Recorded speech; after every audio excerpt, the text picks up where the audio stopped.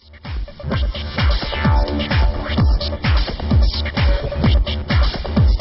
we're back to IGN's E3 Live show. The Gran Turismo games have been some of the most influential racers to ever hit the genre. People have been anxiously waiting for Gran Turismo 5, so let's see how the game is shaping up.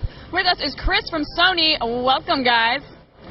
Chris, thanks for being here. Welcome to the show. Glad to be here. So we get to see a look at Gran Turismo 5. Finally, what can you tell us about what you guys have brought to E3 this year? Well, the one thing that we brought, and a lot of people have been waiting for, is the launch date, which is November 2nd. Everyone's been dying to hear it, and, well, there it is. You know, it's an early Christmas present, let's put it that way. And that alone might have been enough, but you guys brought more stuff too, right? Yeah, definitely. I mean, right now, the video we're showing one of the tracks that we have in-game. It's the Top Gear track. And, awesome. You know, it's just a small sample of all the different tracks that we're going to have in the final version. Here we have a rally track, and this is kind of showcasing one of the new technologies that we have in Gran Turismo, which is the enhanced special effects and dynamic lighting.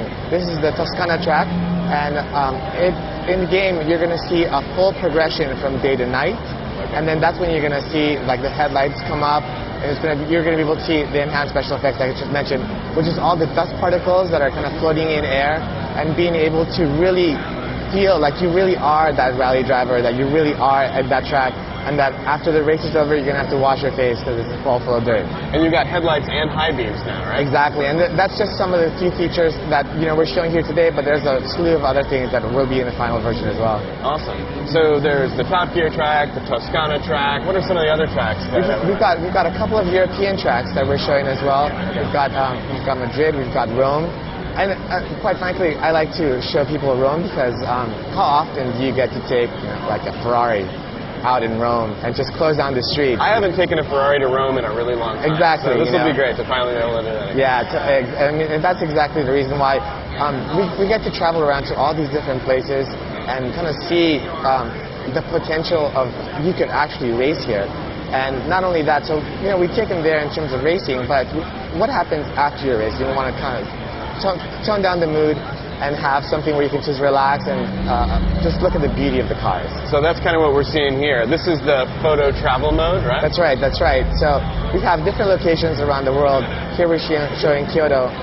Again, when do you get to take your Lamborghini out to Kyoto and just kind of close it off and just see the cherry blossoms fall? It's kind of difficult to do, but in Gran Turismo, we want to do that because when you're racing, you can't really notice the environment around you. It's going by so fast that this is a way for us to kind of like put it on pause for a second and let you realize that it's not just about cars. It's about the entire environment. It's all beauty to it. We want to make sure that every single pixel on screen is a perfection. Yeah, I mean, there's so much detail in this game, the cars, the environments. It's almost like if you don't have something like this, you just don't really get to appreciate all the work that's gone into rendering all this stuff so perfectly. True. And, we have some really awesome locations. So right now we're showing Kyoto, like I said, and then the Red Bull hangar as well. It's some places where a lot of people, even if you live in Austria, you don't really get a chance to go to the Red Bull hangar. And because we have such a long history in the automotive world, we have these special relationships with these different companies in the automotive industry, and they just kind of invite us, and we collaborate on certain projects, and we get there and we're like, this is amazing. Like, we definitely have to share this with everybody. It's very cool. So now in this mode too, you can park your car kind of anywhere you want in this area, and then you can actually get out of the car and move the camera around and change the angles, right? Exactly. You just throw your keys to the valet and say, leave it there. No, but yeah, so you can move the car around and you get different angles, lighting effects. It's really great. And the cool thing about it is, so, yeah, you do this in 2D, but again, one of our big announcements has been 3D, the full implementation of 3D into Gran Turismo. And this involves like the head tracking with the glasses? As well, the head tracking is both for 2D and 3D. Oh, okay. But the 3D mode is really what brings it home. So everyone knows, Gran Turismo is really kind of the pinnacle of racing. It is as realistic as you're going to get, and when it comes down to it. But when you have 3D on, I mean, that's really when you are seriously sitting in the car. It feels like you have the entire car wrapped around you. And talking about head tracking specifically, when you move your head to the left, the camera's going to pan to the left. You move it to the right, pan to the right. So you really are going to feel like you're driving that car. And a lot of people are wondering, like, why would you do that? And it really comes down to, we are passionate about cars. What we do in our daily lives is, we do this, Gran Turismo as a passion, but we also take it out. We go to tracks, we go go-karting. We do so many things in the actual competitive arena, like Kazunori, he just competed in the 24-hour Nürburgring race. So there's certain things that you learn when you're doing that about how you're supposed to look left or right when you're driving, when you're racing. And we want to communicate that to a lot of users because it's so real. We know that a lot of people are using it to train, to actually compete in real-world events. Now, you mentioned before being able to kind of sit in the car and get that experience of the interior.